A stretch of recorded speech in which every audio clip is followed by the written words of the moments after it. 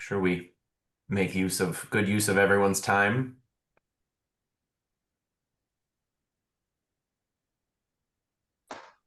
Well, Luna's pulling up the slides. I guess I will go ahead and kick us off. So thank you everybody for joining this afternoon and switching to virtual with us. We still wanted to make sure that we took the opportunity to talk a little bit both about our legislative exchange program that Citizens League is running and learn a little bit more about the Model Legislature program. So I'm going to go ahead and kick us off just with a little bit of overview about who we are at Citizens League and kind of how we're structuring the legislative exchange.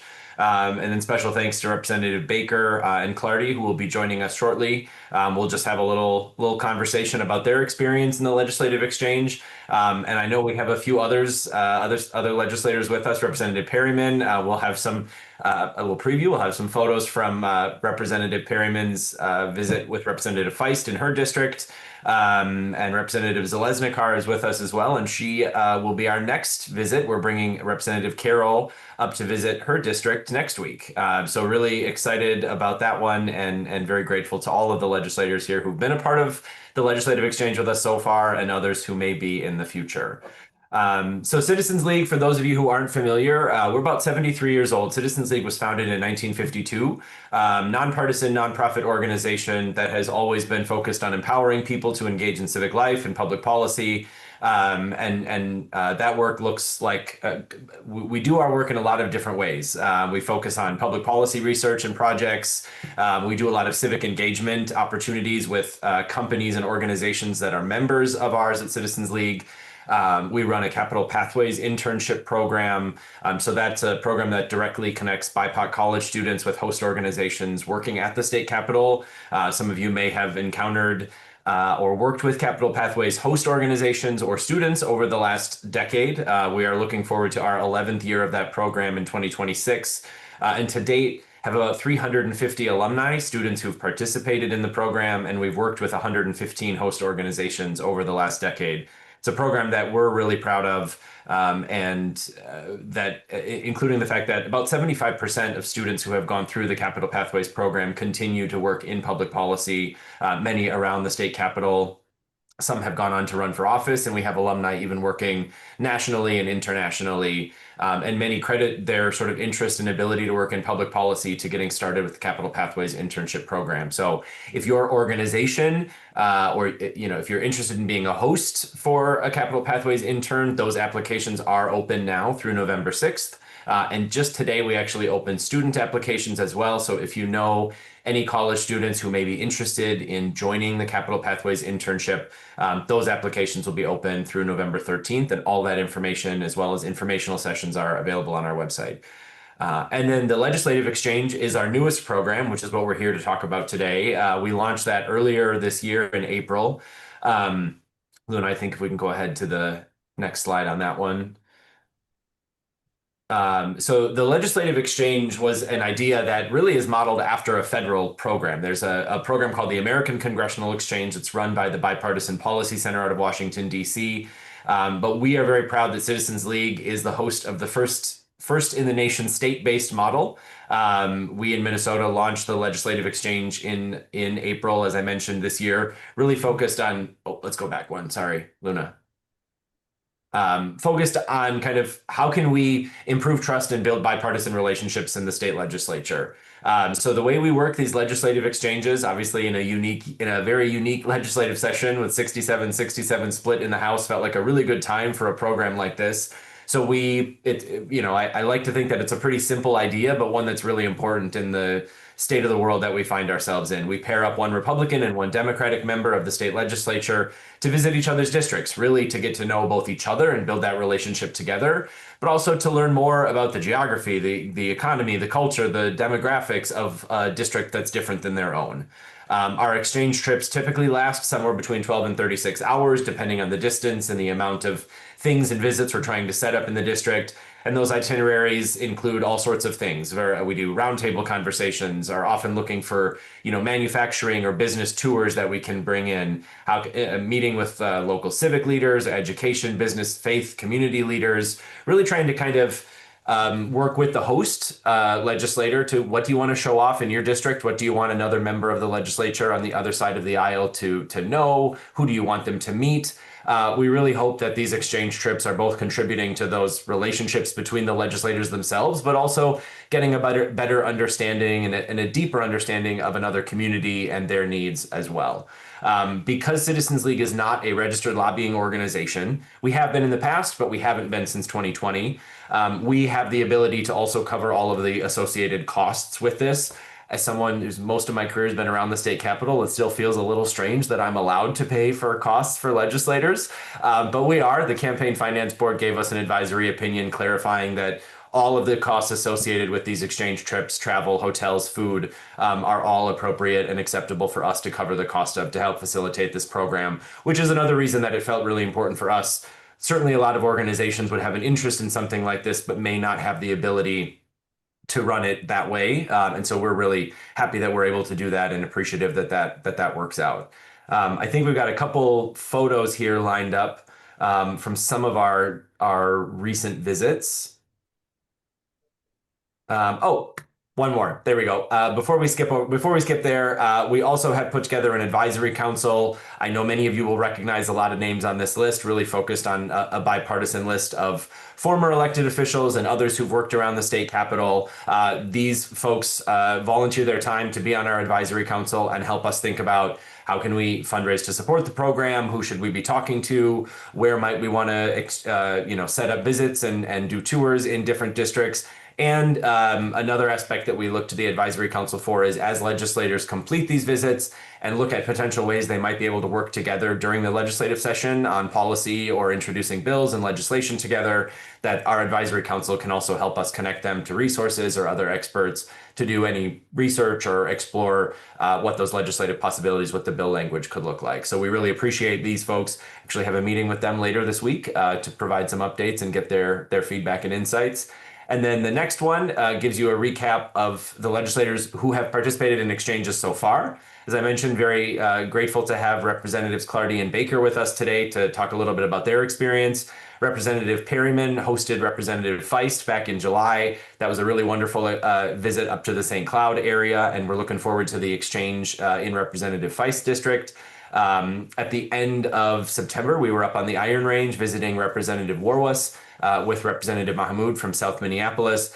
That was another really fun trip. All of these trips, the best part about them is you really get that opportunity for legislators to get to know each other and have that time together, which is unique. It's hard. You all have busy schedules. We get that. And so carving out a day or two out of those schedules to really focus and dedicate the time to this, it means a lot, I think. And we want to make sure that those experiences are valuable, that you get that opportunity to really understand another perspective in another community. And so each of the exchanges involve 2 trips. Each member then gets to be both a visitor and a host for the pairings. So with Representatives Baker and Clardy, we did tons of great visits. When we were out in the Wilmer area, we visited with the Center for Rural Policy and Development at their board meeting. We visited the Genio turkey manufacturing facility. When we came to Representative Clardy's district, we went to the Inver Hills Community College, and Representative Baker and Clardy even went to the State Fair together. When we were up in St. Cloud with Representative Feist visiting Representative Perryman, we got to visit St. Cloud Tech and the Grady Foundry. We met with the Central Minnesota Community Empowerment Organization, Centricare, and visited the new medical school. Got to talk with the Initiative Foundation. Representative Perryman really helped us put together a wonderful itinerary and get a really good example of all of the wonderful work and folks work in the St. Cloud area. And then most recently, when we were up on the Iron Range, we got to visit with Mintac and New Range Copper Nickel, the proposed mine. We did a mountain biking tour at the Redhead Mountain Biking Facility in an old reclaimed mine. We went to the Hockey Hall of Fame. We visited with Essentia Health and heard from a lot of local elected officials and tourism representatives at Giants Ridge about the importance both of mining and tourism to the Iron Range economy. So as you can see, kind of hopefully giving you a sense here of kind of the wide range of things and visits and tours and meetings we try and set up with each one of these exchange trips. They've each been very unique in their own way. And I think that's another thing that we get to showcase through this is every district across the state has a lot of incredible things to show off. I'll tell you, it's been hard for us to sometimes narrow it down for what to include in the itinerary, but I think that's just all the more value to this program and the richness of those relationships and communities that we get to visit with. So, and obviously, we couldn't do this without the legislators themselves being willing to participate. So for those of you who are on the call here who have been with us, thank you so much. If you haven't been yet and you are interested, please do let us know. We're setting up additional tours into 2026 now, and really excited about the long-term possibility for the Legislative Exchange program overall. With Citizens League, it's certainly a program that we intend to continue for many years to come. And so with that, I'm going to go ahead and welcome Representatives Baker, and I think Representative Clardy is with us now, just checking. There she is. Wonderful. Luna, can we stop sharing? There we go. I'm not sure if it's possible for us to just highlight Representatives Baker and Clardy, but if not, we'll all just have a conversation together, right? I'm gonna pin them, so There hopefully we they'll go. show up Can at we the do top that so they show for up? everybody. Perfect. Oh, okay. Thanks, Jake. I don't know Let's how do you want to do this. this. There she is. There's my partner All in right. crime. I get to see Yeah, Francis Representative here. Baker, I've got a couple questions to kick us off, if that's Sure. okay with you both. And then, and also for anyone else on the call, if you have questions, feel free to drop those in the chat. We'll try and get to as many of them as we can. But I guess maybe Representative Baker, I'll throw it to you to start with. Why, when we first came to you and talking about this, I mean, you both were our very first pair, our inaugural pair to do this. Why'd you say yes to me when we asked you to join and be a part of the legislative exchange? Why did it feel important or matter to you? Well, I thought you told me you'd pick the two best looking representatives out there, so I figured we had to say yes to that. Oh, you weren't supposed to tell anyone else that Well, though. okay, sorry. But again, I'm not sure why I was asked. I don't know. Again, I've always, I think I've been most proud of some of the work that I've done when it's a really bipartisan effort, when you're really trying to move mountains or move something hard, because working in a bipartisan manner is harder than doing it in just a partisan fashion. So I think hearing about this and having you talk about this with me was really pretty honorable, and I was really grateful that you did that. And then when you kind of mentioned Mary Francis's name, I hadn't really known Mary Frances Clardy for since we've been together. I've served longer than she has, but one of the reasons why I wanted to get to know her is because she seemed pretty quiet for the most part. We haven't really served in any committees together. And I just wanted to get to know her better and then possibly work on some legislation together. So I just feel really lucky to have gotten partnered with her, and I look forward to really getting to know her better and her work, helping support her in her education efforts or whatever issues that she wants to dive into. I hope that she wants to do the same thing with me. And I think everything is about this really fragile thing called trust. And I think for us, this time that we have spent together has been remarkable, and I just almost kind of can't wait to connect with her again down in St. Paul on different times. And so I just appreciate being a part of this. So I'm going to be quiet and let her talk for a second. Thanks so much. So I myself have been really intrigued by watching Rep. Baker, but it always kind of seemed a little distant, like I would watch him talk about these very important issues that affected me and the work that I do and the community I live in, especially around like mental health. And when you mentioned the opportunity, I was thrilled because a lot of times when you're across the aisle, you meet with your caucus a lot and you see each other in chamber, but you don't actually have a chance to meet with each other. So his leadership's been like really big and really noticed on both sides of the aisle. So when I was given the opportunity and then learned that it was about relationships, it just made sense. I love that. I mean, that's the driving force for us too, right? It makes sense. And I think we all find ourselves, in the state of the world where trust, Representative Baker, to your point, feels difficult, right? It doesn't feel like many of us trust our institutions or our fellow neighbors or others across the aisle. Trust is a a lost commodity, I think, in many ways today.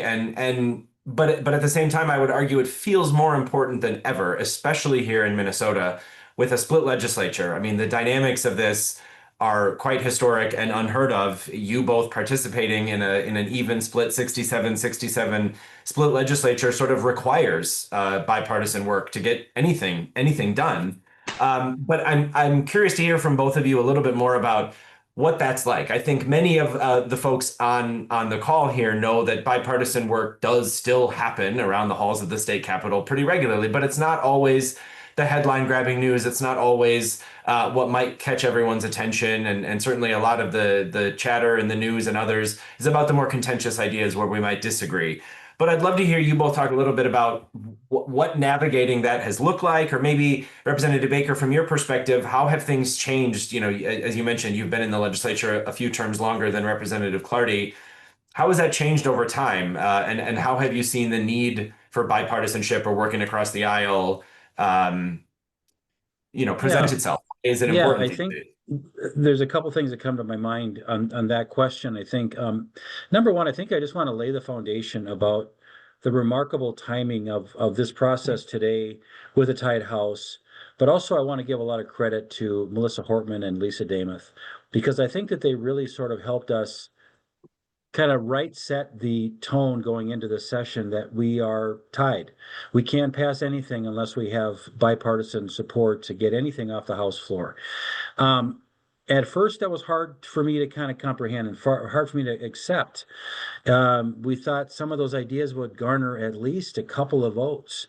And I'm sure it was the same way with the DFL side too, having had been used to sort of running through as they wanted to and as they had been doing. There was this adjustment period, but I give credit to Melissa and Lisa a lot for helping set that tone. It was the timing, and I saw a lot of bipartisan work done in the Ways and Means Committee, for example, when two chairs had to come and talk about their bills. They didn't always want and get what they wanted, or didn't get everything they wanted in this bill, but people had to compromise. And I think some of the members that I recall the most in my last 11 years are people like Gene Pulowski and Dean Erdahl, people like Heather Edelson. People are doing a lot of bipartisan work that don't get that attention. And sometimes it almost feels like they get sort of set aside sometimes a little bit more because of their work and their focus on that area. I think I have a tremendous amount of things that I have learned through watching Dean Erdahl and Gene Pulowski and their style of their quietness sometimes, and their ability to always keep reminding everybody how important this is, and the lack of that strength to come forward and talk about openly about this work and the need to do this across the aisles. That was pretty special and important for me to do this. Representative Clardy? I guess I wanted to chime in. This is going to be an abstract answer, but another thing that's important with this type of exchange is we're in totally different industries. Representative Baker has small businesses. I am a school teacher, right? So we're seeing different things. But I was very fortunate with the class that I came in with. So this is my second term. But the class that I came in with, a lot of us were friendly. So a lot of my bills the first term were bipartisan. I'm not sure if it was intentional, but I knew that it was, I knew which people that I connected with. And so I had a lot of bills that way. It is an intentional effort right now. And so again, it's just in, a lot of them are specifically maybe in education or a certain space. But this is the way we want to get things done. We all answer to all our constituents because, not everyone voted for Dave, not everyone voted for Mary Frances, but we also know that we represent everyone. So that was the why of we need to do what we need to do. So, yeah. Yeah, I appreciate that. And I think, obviously even the physical structure of the place that you all work doesn't particularly encourage you to work across the aisle unless you serve on a committee together. It can be very difficult. As I've talked to a lot of different legislators about this, there are often, names of members on the other side of the aisle that folks would like to get to know. And I think the reality of the short time that you're in St. Paul together, and the chaos of what those days and your schedules look like, it make it really difficult, which is why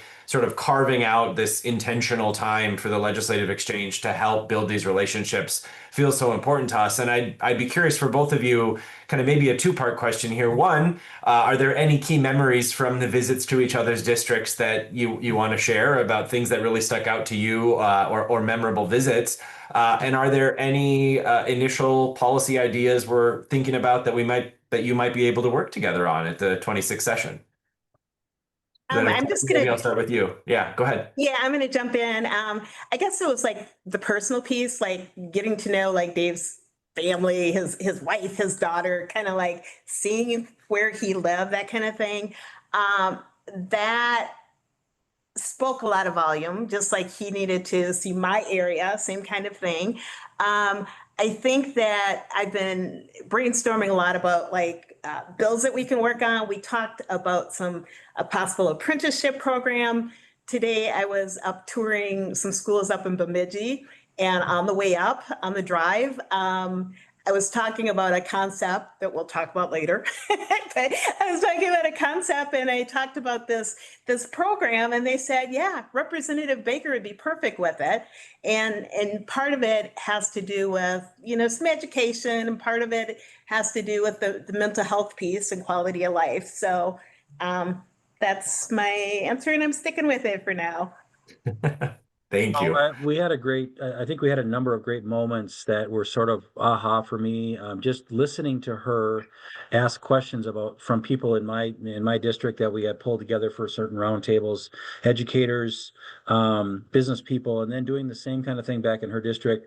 And I recall, again, because I'm so aware of, again, my journey has been in small business. So my journey is really kind of antennas up when it comes to business sense and economics, and she was asking questions in her to her business people in her district that I think were unfamiliar territory a little bit to her. Not that she doesn't see them and recognize them and know they were there. I mean, we went through the refinery plant. We went through, was it CHS, I think, headquarters, Yep. and it was just, we had some really cool places, and we had some roundtable discussions with some smaller businesses, and their concerns, I think, were heard maybe better than if it would have been if I wasn't there to her, because she kind of knew. Her and I had talked about some issues around businesses that I knew that were very hard for me to kind of handle, but maybe she needed to hear in a different way. And I'm looking forward to getting her reaction down the road on some of these other kinds of things. I think policy ideas, again, we're trying to find the right bill or two to kind of work on this together. I think either co-presenting, writing some bills as chief authors would be really helpful for us. I've done it before with former state rep Liz Olson, and I just know the power that brings to both teams when you can do that. Means that we might have to come to our caucuses and try to get some votes. Then that's what that means. We have to make sure that we garner some support so that we can pass these bills. So a lot of very cool moments that did happen that I think were remarkable that way. I would have not had them had she not been alongside of me for some of these visits. So can't wait to put them to use. Thank you. Yeah, I got to give a shout out to two in particular. One, when we were out in Wilmer, we got to tour the Genio facility. And I just tell everybody on the call, if you eat any Genio turkey products, that is the cleanest place I have ever seen in the world. The folks there are dedicated, and it is an incredible operation. Really impressive to see that. And then when we were in Representative Clardy's district, the visit to Flint Hills and the Pine Bend refinery, just an absolutely incredible operation. And when you drive by it on 52, you may not realize everything that's going on there, but I mean, my gosh, it is the detail that goes into it. The facts about they got at any given point only about 3 days of fuel to MSP. So, right, it just can't shut down. And they have all of these backups in place and plans in place to make sure that refinery continues to work. I mean, it is, this is one of the things that I never tire of as we get to travel around the state and talk with legislators and visit in their districts. Just the range and incredible amount of businesses and civic leaders and community organizations and folks doing really good work across the state. I want to make sure that we're respectful of time, and we have a whole other section of this event to dig in on the model legislature. So I guess I kind of want to, I'll wrap us up with just a question. Any parting thoughts you want to share, or last additional thoughts about your experience? Oh, I see Representative Erdahl is raising his hand. Maybe he has a question. Dean, go ahead. Okay, thank you. And, Dave, thanks for your comments. So how long have you been doing this? It's a brand new program for us. We just started it earlier this year. So we've done 4 trips so far, and have set a goal to try and reach at least 12 by 2026, kind of averaging 1 a month, understanding it'll be more difficult in some of those election years and times during the legislative session. Well, I think it's very valuable and can be very productive. I guess I was a bit of a pioneer in this. I brought to my district Representative Hornstein, Representative Ellison, yeah, and it's probably the only time in Litchfield history that a Jew, a Muslim, and a Christian have walked down the street together. But also, you were a pioneer in many ways, Representative Erdahl. And I've had mayors Fry, Carter, and Ryback come to Litchfield.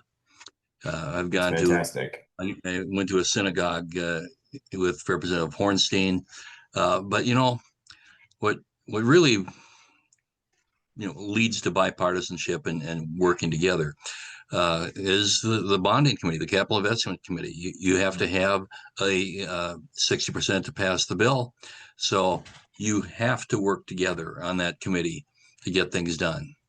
And I think it led to some very, very good relationships.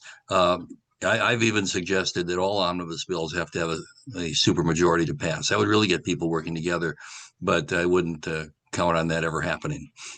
Well, I don't know. You got 2 members here who maybe can work on that bill introduction. We'll see if we can who can lobby them. No, I appreciate that. I think you're totally right. The bonding committee has certainly has an important need for that bipartisanship and the time that those folks spend. And I think in some ways the legislative exchange hopes to create 2 other legislators at a time, similar opportunities for folks who might not be on bonding or get to go on some of those tours or have that experience. Well, I wound up traveling into Democrat districts all over the state, now mostly in the metro area, but you certainly get the knowledge of how that is structured, how that works. Yeah. And Representative Clardy, Yes. you may not know this yet, but you and I may be working on something. I love it. Well, Representatives Baker and Clardy, thank you both so much. You were our pioneers with the legislative exchange, and I know that our first trip, it was you both proceeded with it less than a week after Speaker Hortman was assassinated, which was obviously a very difficult time for so many folks. And your willingness to participate in this and genuinely and authentically engage in it, as I mentioned from the top, this program wouldn't mean anything if it weren't for legislators willing to do it and seeing the value in it and the importance of it. It means a ton to us that you were willing to do it with us, and appreciate you continuing to speak about it and encourage your fellow legislators to participate as well. Thank you both for helping us make this a success. Yeah, Jake, it was great. Can I add one comment, Jake? Please. Yeah. And I see Rep Baker is next. I just wanted to say that one thing we found out clearly is we have more in common than in different. I think Representative Baker might have been a little surprised to know that my family's small business owner and their parents, so that was like a little connection. And then when I went to his district, looking at the Genio factory, it thought how that would relate to my world, which is like education. And I'm thinking we could possibly do something with the ESL or is second language piece, which might not be something that he focused on, but it's like, there's so many connections. We just have to choose to be open and make those connections. But it's been wonderful. I really hope this program continues. It's very beneficial. help it get some legs too. Thanks, Mary Frances, for that. I'm really proud to be part of this. But to legislators that are thinking about doing this, or if they're on the call or they're sharing it with other colleagues, it is a real commitment to do this. But in today's world, we just really need to kind of fight through some of the clutter and the noise, and not be afraid of doing what our hearts want us to do, with the honor of having an elected certificate that we all have. But it's gutsy move. It's not always fun being a little bit of a lone ranger sometimes when you may or may not always agree with your caucus. We get that. We understand that team approach. We have, obviously, this is a kind of a team sport, but there are times now where the citizens just need to have people that can stand up and be comfortable in their own skin and try to push through this stuff as best they can. But I do hope others really embrace this kind of thing, with or without the exchange program. Just do it, and get to know people without having maybe the full day, but just get to know people, and don't be afraid of telling folks you're hanging out with somebody on the other side of the aisle once in a while to talk about issues. I've had some wonderful relationships with my colleagues on the other side. So anyway, thank you again, Jake, and everybody for listening to this. Super happy to talk further with anybody who has more interest in this afterwards. Thank you both so much. I couldn't say it better myself. I think that's a great place to wrap it up. So Margaret, I will pass it over to you for the next portion of our event.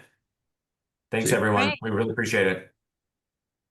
Thank you. Yeah, thank you so much. I don't know if Roz wanted to say anything as the president of MLS.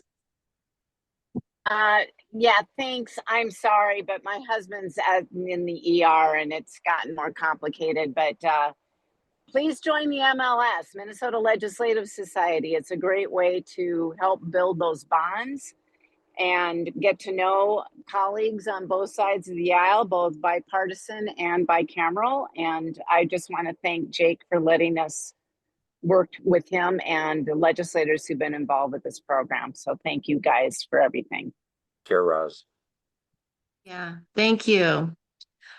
So yeah, we have Representative Jess Hansen and Representative Pulowski, who've been really involved with the model legislature.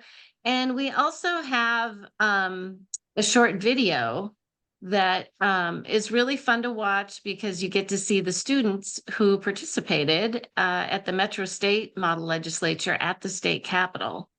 So I'm not sure what order folks want to go in. I think Representative Hansen might have a little bit of a time crunch. So I'll leave it up to you two to decide how you want to proceed.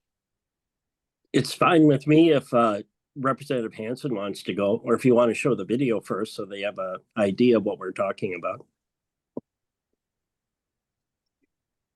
I think the video first is a good idea. Hopefully you can hear me. Yes, we can. Okay, great. I will do that then.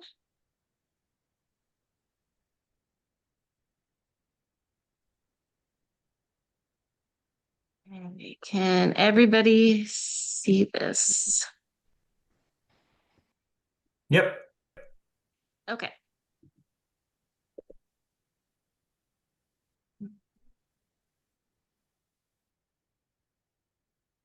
The Minnesota Legislative Society is just so excited to be a part of this and to really encourage our other state colleges and universities to become involved in this program. The model legislature allows students to learn by actually doing something. You don't turn to page 448 in the American government book and memorize how a bill becomes a law. You pick a bill. You learn how to debate, amend a bill in committee the same way we do. You learn how to take it from committee to the House or the Senate, and from the House or the Senate to the governor. And it's all student run. I'm Representative Jess Hansen. I represent District 55A down in Savage in Northwest Burnsville. I'm in my third term, and additionally, I'm working on the model legislature at Metro State University. It's a great program inspired by the Winona State model, and we're really excited because this gives kids an opportunity to learn about the process of making laws, debating bills, and running committees that they've never had before. This opportunity is once in a lifetime. We have made sure that we've made this available to more kids than just in the Winona area, and we're excited to spread it across the rest of the state as well. Metro State University is Minnesota State's public urban university, situated here in St. Paul and Minneapolis to serve the Twin Cities urban region. We serve this very vibrant population here in the Twin Cities. More than 50% are the first in their family to attend college. The program Model Legislature grows out of work that has been going on for decades at Winona State University. Representative Jean Pawlowski, who is passionate about engaging young people in understanding and becoming active in their government, started a program which actually simulates a Minnesota State legislative session on the Winona campus. The model legislature was my inspiration to get involved in politics. So I went from 1975 to 1986 when I was elected. And then once I was elected, of course, I had all of the material that House Research and the Revisor's Office could give me to add real life depth to the model legislature. It's a great way for young people to really learn about democracy and to see that it's not easy work. My sense is that we've got to figure out a way to engage students where they are and not where we want them to be. We have to get them the tools so they know how to change things. And it's all about change ultimately. The model legislature is a great opportunity for kids around the state to learn about the different roles that happen in our state capitol, whether that's in the Minnesota House or the Minnesota Senate. All of those experiences are terrific opportunities for kids to learn firsthand with a hands-on, once-in-a-lifetime opportunity to really see what it's like to work on legislation that creates the world that they want to live in. Metro State's model legislature is a really unique experience because the students actually got to do the work in the state capitol building, this magnificent Minnesota State Capitol building designed by Cass Gilbert. It was so fun to watch the students come in, many who had never visited the state capitol before, and to just see them stop, open their mouths, and gaze around in wonder. These young people are our hope for the future, and we really need them to be prepared. Fantastic program, really engage students to find a practical way of running a simulation that shows how the legislature works. It's you talk to the students, and the students are really enthused about this. A great opportunity for them. My takeaway from this experience was the skills I learned today and yesterday of leadership and looking at the laws we have in place in Minnesota right now and the laws we should have in place in the near future. I think I might have an interest in being involved in government someday. I wasn't thinking about it too much before this, but after having this experience and interacting with so many different people and getting to see what it's all about, I think it would be a really cool job. Yeah, it's been very interesting to see how people present their own bills and how people react to certain bills and how people talk to each other, especially in like different committees, and how their points of view differ from the other ones and how they focus on certain parts of the bill. Yeah, I think before this I wasn't really interested or had even considered running for elected office or doing anything in politics, but I think this past few days has been really enlightening.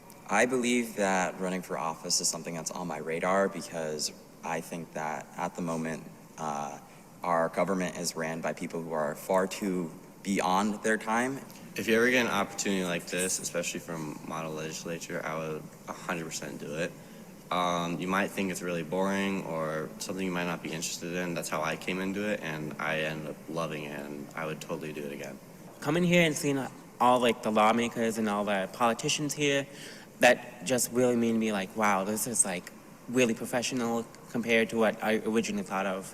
You should join the model legislature because you can have so many different things and learn new things that you don't even know, and it's really fun to do. if you get the opportunity to do these, definitely do it. It is well worth it. I think the skills I've gleaned from these past 2 days will help me in the future for my career plans and post-secondary plans. And the message that I give the students the loudest is that you belong here. It is your house at the state capitol. It is your government. When I'm talking about politics to youth, I oftentimes tell them that politics is how we care about each other and that we deserve a responsible government. And that does not happen without the voices of the people coming to the Capitol and telling legislators what they'd like to see in the world. Making sure that we're creating the future we want while living in the world as it is really important. And that lesson was very clear on the House floor that day. I have long been inspired by Eleanor Roosevelt, and one of the things she said is, one thing I believe profoundly, we make our own history. The course of history is directed by the choices we make, and our choices grow out of the ideas, the beliefs, the values, the dreams of the people. It is not so much the powerful leaders that determine our destiny as the much more powerful influence of the combined voice of people themselves. And that's the message we brought to the model legislature. The civic engagement process is critical to making sure we maintain a responsible government and honor the institution that we have here, right here in Minnesota.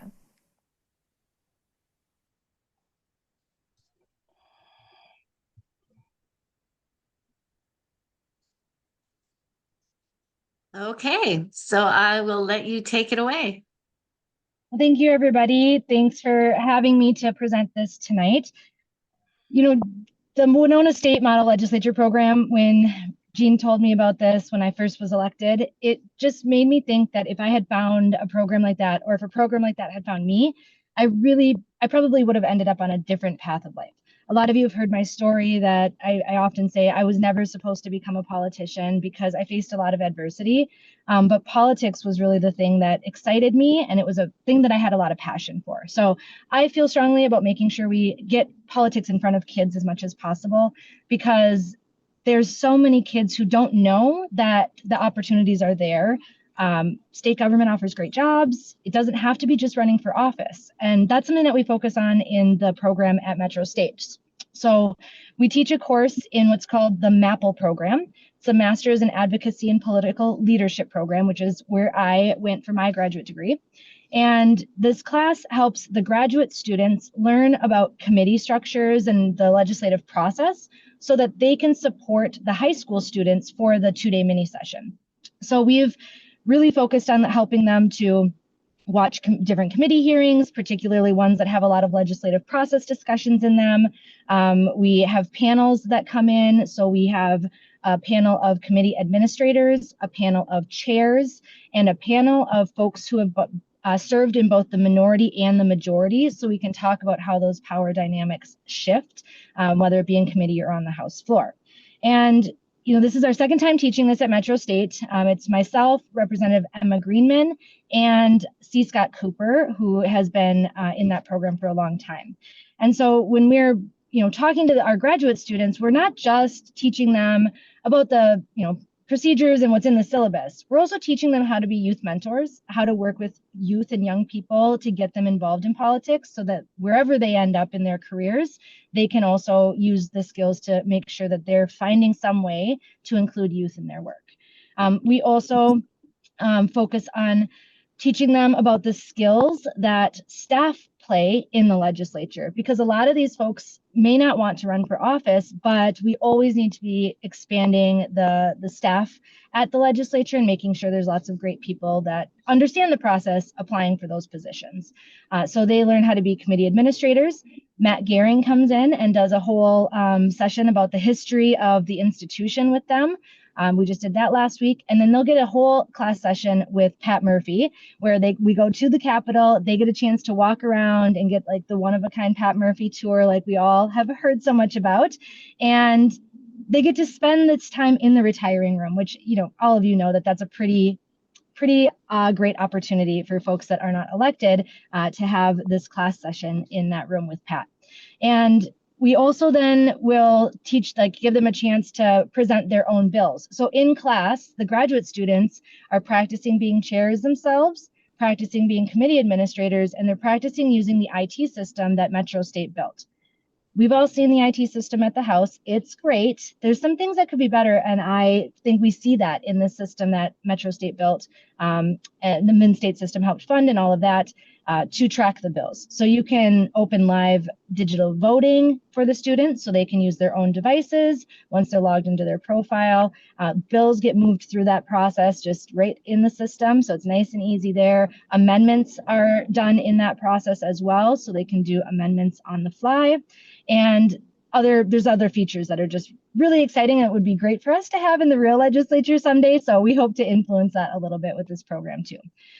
So being that this is our second year, we are tweaking the syllabus a little bit, kind of refining everything so that we're ready to roll this out to other colleges.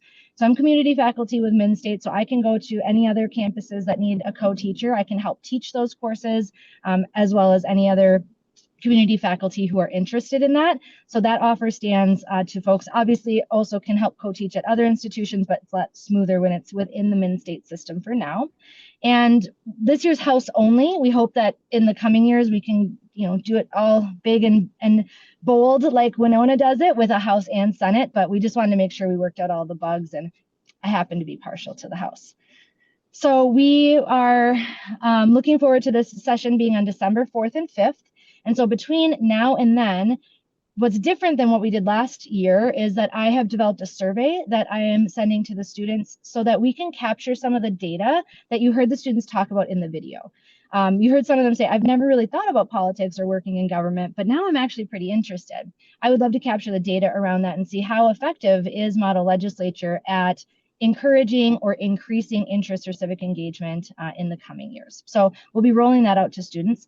I also go visit the classrooms so that the students can ask me all the hard questions. They can see that I'm a regular person, like a regular mom, and that I'm not an intimidating, big bad politician like they may have heard about on TV or whatever, especially given the polarized politics we're in today.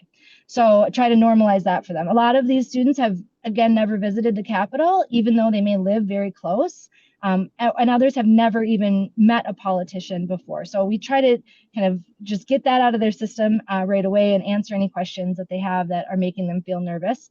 I usually go into the classroom and I ask them to show me on one hand, on a scale of 1 to 5, how nervous are they about this adventure. And it's usually all 5 fingers most of the time. And we talk, and then at the end, I ask them the same question, and we usually can bring it down a couple of fingers. So it really does help to ease some of the tension and the nervousness that they feel.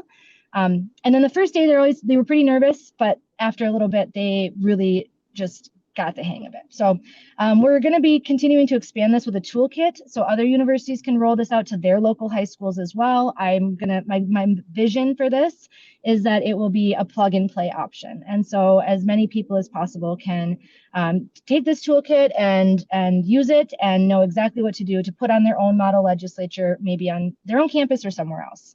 We're also exploring funding and finding more funding sources and trying to make sure we centralize that as best as we can so that there's a consistent funding source there. We've been very successful in that, and so I'll have news to share in time, but we're pretty excited about that. And then also other community supports. So Youth in Government's a pretty popular program. We want to make sure that we're tapping into that because we offer something unique than what Youth in Government offers. Not that their program isn't great too, but we want to be sure that we are complementing each other as much as we can. So I'm really excited for this year. It's going to be on December 4th and 5th. I would ask everyone to save the date. It's really a great experience for the kids to get a chance to chat with a legislator. They don't have a lot of free time, but lunch is a good time to connect with some of them if you want to sit at a table and connect, or if you'd like to sit in a committee room and help them in case they get stuck. I run around like a chicken with my head cut off, to all the rooms to help and support them. But if you're interested in that, we'll have some volunteer opportunities available as well. So I'll leave it there. And if you have any other questions, I'm happy to answer.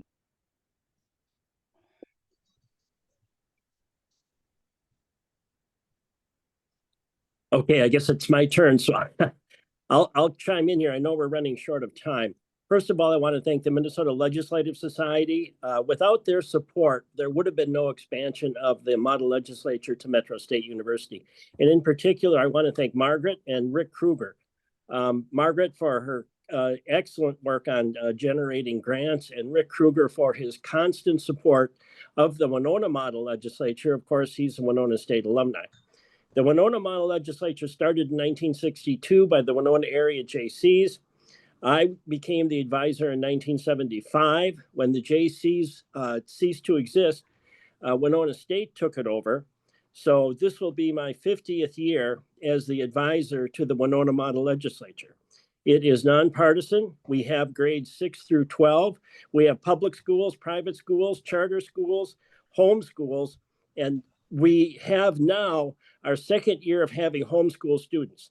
We have about 140 students. They have 9 standing committees in the morning. They have House and Senate sessions in the afternoon, and the governor's office is running the entire time. We take over almost all of the education village, which takes up a block and a half of buildings at Winona State University. It's a marvelous program. I've enjoyed doing it for 49 years. And hopefully with Metro State also expanding, we'll convince other either 4-year institutions or 2-year institutions to take this on. This is the best way for a student to learn, to actually handle legislation, learn to present it, debate it, amend it, and then, as you've already seen with the previous presentation, to work with other schools. But we work in a nonpartisan way. There are no Republicans and Democrats. Obviously, there are liberals and conservatives, but we place a real minimum on any type of partisan activity. So with that, you've got 5 minutes for questions.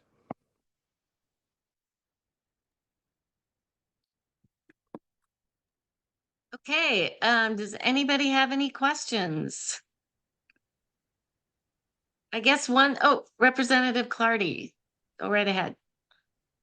I'm just curious, have you been able to track people's political activity after going through one of these? Like, do you have any people that have gone for office or are engaged at a different level?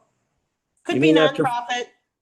After 50 years, we have had Jeremy Miller participated in the Winona Model Legislature. We've had several members of the Minnesota House. We've had staff. We've had people who are in now lobbying positions. We've had people staff both houses of Congress, Senate and House. And we've even had at least one person staff the office of the president. So over my 50 years of being involved in it, we have had students go on to every level of government, including national.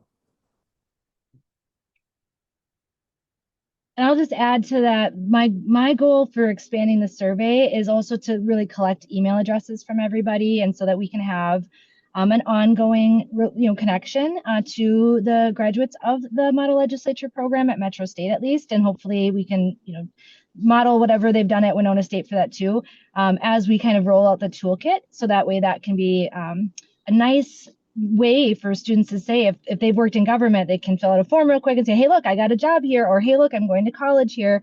And we can get some more data on that in a more longitudinal way. And can you remind us when the Winona Model Legislature program is taking place? This year, it's going to be moved to March 5th and 6th. It used to be in November. It used to be the week before Thanksgiving, but there's been some changes, and we are now in the political science department. So with that change, we've had to move the model legislature, which is interesting because now it's being moved to the spring where it used to be before I was elected. Right. Yes. I just wanted to thank, Representative Pulowski and Representative Hansen for all your work with the students. I think it's fantastic. I think it's great. When I went to some of the high schools and I see the mock rooms and when they're trying to do some of these things in political science, I think it's definitely an important thing. I'd love to see it expanded. And so it's been great to see your presentations of what you've done and how it's just changing things and getting people inspired, whether they're working at the Capitol and support staff roles or they run for office. I think it's fantastic. So my only thing was just to thank you, because I know it takes a lot of time and energy. Kids need a lot of energy. So thank you both for what you've done. To the point of what students do, I've had students who have interned with me when they've gone to college. And one of my students who was asked to do a presentation along with me on the model legislature, he had been in model legislature for 5 years. He corrected the chair on how she was running the committee. It's great.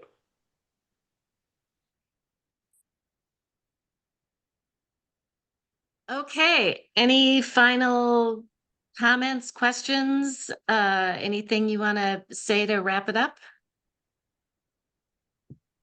Other than I've seen the Metro State Legislature, I was there in December, and I really have to compliment them. They've done an incredible job.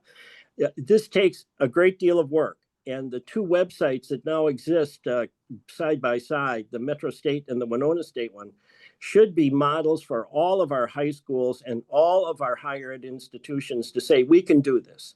And it would help if legislators like Representative Greenman, Representative Hansen get involved too. It's just an incredible activity. And when you see homeschoolers, charter schools, public schools, private schools, all learning together, that is also an incredible, inspiring activity. Right. On top of what Jean said, I would just add that, if anybody's interested in making donations to the program, that helps us expand this as far as possible. Like I said, we're doing great on fundraising, but we can always do a lot better. With more, I can do more and work full time at this. So there's a lot of opportunities to go further if there was if I could clone myself or a couple of us, and we could grow faster. But also, we're partnering with OHE this year to make sure that in the students' packets, they have information about going to college, and included in the survey are questions about higher education. We know that we need to increase enrollment in our higher education institutions, and so that's kind of a tertiary goal, if you will, is to get as many kids possible interested in college if they're not already, and to link them up with support to get their questions answered so that they feel like college can work for them. I'm a first-generation college graduate, so that was really an important addition for me. But if anybody else has any suggestions or things you'd like to see in the future of the program, please send them my way, because I will put them on the vision board and see if we can make them come to life. And thank you, Jean. And one last thing, Representative Baker's here, and I appreciated his comments. Representative Baker carried a bill for the electric co-ops in Minnesota. That bill was started in the Winona Model Legislature. I drafted it. Rushford, a high school student who was the daughter of one of the board members of My Energy, carried the bill. It then went to Representative Baker, and it became law. That's one of at least, I'd say, a dozen bills that we have sent to St. Paul that have became law through the Winona Model Legislature. That is great. And also need to put in a plug for the Minnesota Legislative Society. As Representative Hansen said, your support really helps fund all of this. And we do have a great event, a holiday party coming up on December 16th. We'd love to have you all there, so you can go to the Legislative Society website and register. And this presentation is being recorded, so it will be posted on the Legislative Society's website, so you can share it with more people so they can learn more about both of these programs. And thank you again, Jake, for the Citizens League partnering with us. And we hope to do more of that in the future. Absolutely. Yeah. Thank you, everyone. We appreciate the time and your support as well. Obviously, a program like ours also requires funds and resources to do it. There's never quite enough money to go around, but we'll do the best we can with everything we've got to make sure we can continue these important programs. For the sake of the record, I'll just add, if you want to contact me, my email is justhansenmn@gmail.com. So nice and easy. Hansen spelled the right way, O-N, just to be clear. Okay, well, thank you all so much for your time. And again, we hope to see you again at a future event. Have a great evening, everyone. Thanks.